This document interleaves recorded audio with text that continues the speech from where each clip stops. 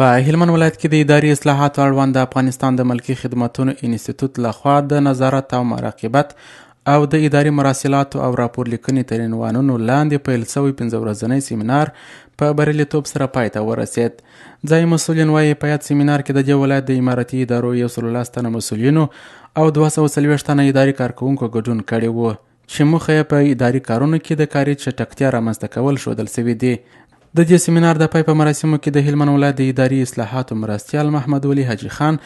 د خپلو خبرو پر مهال وویل دا ډول سیمینارونه د اداري کارونو په لا چټکتیا کې اغیزمن رول لري. هغه زیاتوي چې په راتلونکي کې هم هڅه کوي چې په دې برخه کې د با تجربه استادانو پر مټ علمي همکاري دوامداره وساتي. تاسو په جریان کې چې په ټولو ولسوالیو کې زموږ سیمینارونه د جریان لري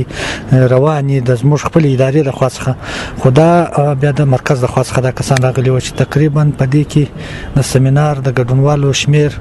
د رئیسانو ولسوالانو او امیرانو تقریبا 110 کسانو او د مدیرانو چې د څلورم بسته څخه تر شپږم بسته پورې د هغو شمیر تقریبا 240 کسان ته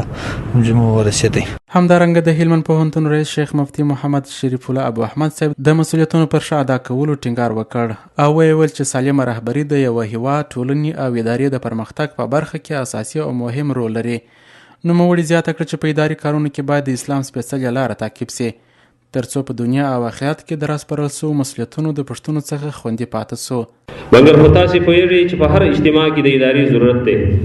ولې ځکه چې اداره نه وي نظم نشي راتللی. که مدیریت او منیجمنټ دنیاوال ورته وایي دا نه موجود نو هلته هغه ټولنه بیا د دې پر ځای باندې چې تقوا ته ولاړه شي هغه به فساد ته ځي، د دې پر ځای چې همغږۍ ته ولاړه شي هغه به خرابۍ ته ځي. هم د دې وجې نه تاسې ګورئ چې کله حضرت آدم علی نبینا علیهم الصلاة تسلیمات او حضرت حوا علیه السلام الله جل جلاله په یو ځای کې ورته د استوګن کېدلو وسیدلو امر وکړي نو هلته یې اول د ادارې ترتیب جوړ شو. ګورئ بل ور په دې سیمینار کې د اطلاعات او کلتور ریاست د اطلاعاتو امیر مولوي شیر محمد وحدت دا ډول سیمینارونه مهم او ګټور یادوي او وایي چې ترلاسه کړي زده کړې به د اداري کارونو په لا منظم کېدو او معیاري کېدو کې ښه رول ولري.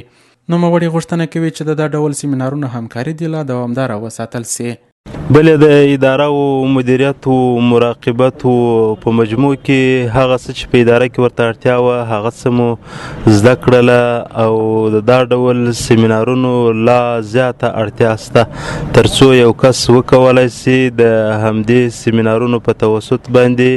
خپل اداري فعالیتونه معیاري کچې ته ورسوي. په هلمند ولایت کې د دې سیمینار ترڅنګ د دې ولایت د امارتي اداري مسؤلینو او کارکوونکو ته وخت نا وخت د اداري اصلاحاتو له لوري دې ته ورته نور سیمینارونه هم وړاندې شوي دي